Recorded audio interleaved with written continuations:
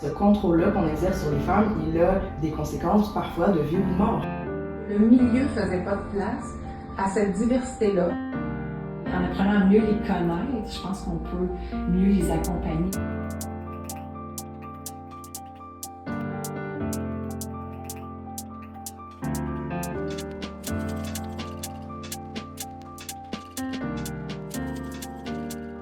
Le féminisme que je défends, c'est même au niveau du Parlement, dans nos gouvernements, peu importe que ce soit municipal, provincial, fédéral, il faut que la population soit représentée de manière proportionnelle.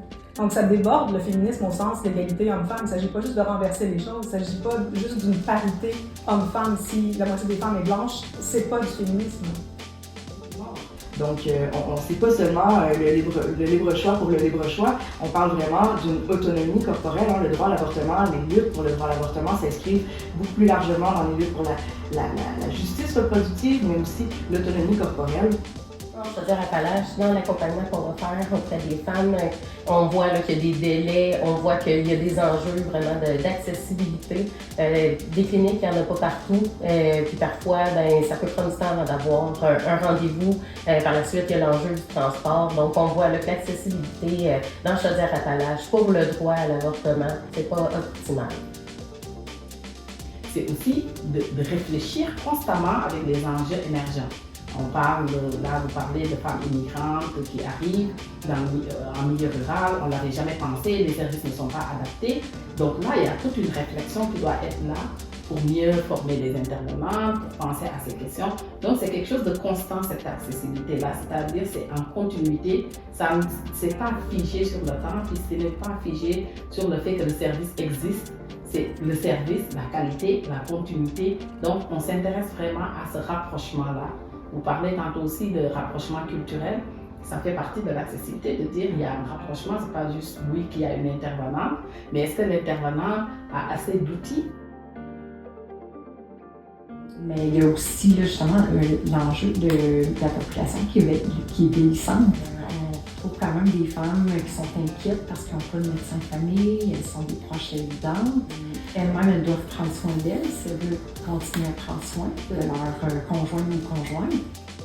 Quand elles nous arrivent avec un vécu, une trajectoire d'échec pour intégrer le marché du travail. Donc des personnes qui ont intégré, mais qui ne sont pas maintenues en emploi, pas parce qu'elles n'avaient pas nécessairement les compétences, c'est parce que le milieu ne faisait pas de place à cette diversité-là. Elles vivaient beaucoup de préjugés, de racisme, on peut le dire. Fait que nous, maintenant, dans notre organisme, on a décidé qu'on nommait ça et qu'on leur donnait un certain pouvoir sur soi. 80% des femmes qui fréquentent notre centre gagnent moins que 20 000 par année, alors qu'elles sont plus scolarisées que les hommes du monde. La moitié des femmes qui viennent au centre ont vécu de la violence. Et parfois, elles ont aussi un problème de santé mentale. Notre hypothèse, souvent, c'est que la santé mentale est altérée parce que toutes ces femmes-là ont un passé où elles ont vécu de la violence aussi. Le trouble de personnalité limite, c'est vraiment documenté que beaucoup de ces femmes-là ont vécu de l'abus sexuel dans l'enfance, de la maltraitance ou des situations d'immigration très difficiles. En fait, c'est un problème de développement. Donc, souvent, des grands traumatismes vont amener ce type de troubles-là. Au niveau de la dépression, des troubles anxieux, les femmes sont plus diagnostiquées, plus de médicaments, souvent sont hospitalisées plus longtemps aussi. Il y a des aspects genrés à ça. Souvent, les femmes ont une image très idéalisée de ce que c'est la maternité ou de ce que ça devrait être. Et on voit beaucoup de femmes qui ont vraiment un clash là, de dire « Oh mon Dieu, je ne m'attendais pas à ça ». Ça aussi, c'est des cadeaux de la psychologie, cette fois-ci, que je trouve très positifs, mais qui sont très exigeants pour les parents. Parce qu'ils demandent un décentrement de soi qui n'est vraiment pas évident, et auquel on n'est pas du tout préparé, justement. Il faut concevoir les violences comme quelque chose de social, comme quelque chose de politique.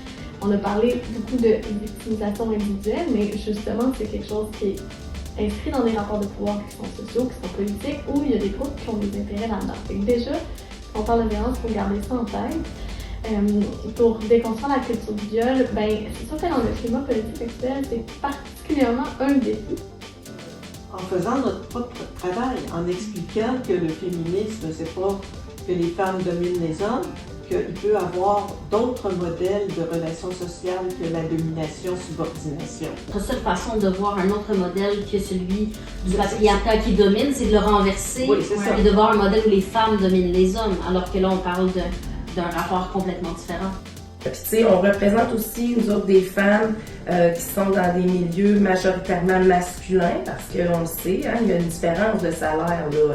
En moyenne, les femmes, c'est à peu près 30 $, puis les hommes, c'est 33 $ le salaire moyen. Fait qu'il y a un écart de 3 $, là, peu importe, travail égal, salaire égal, là, entre les hommes et les femmes. Moi, j'ai pas entendu parler de féministes qui disaient il faut absolument soumettre les hommes.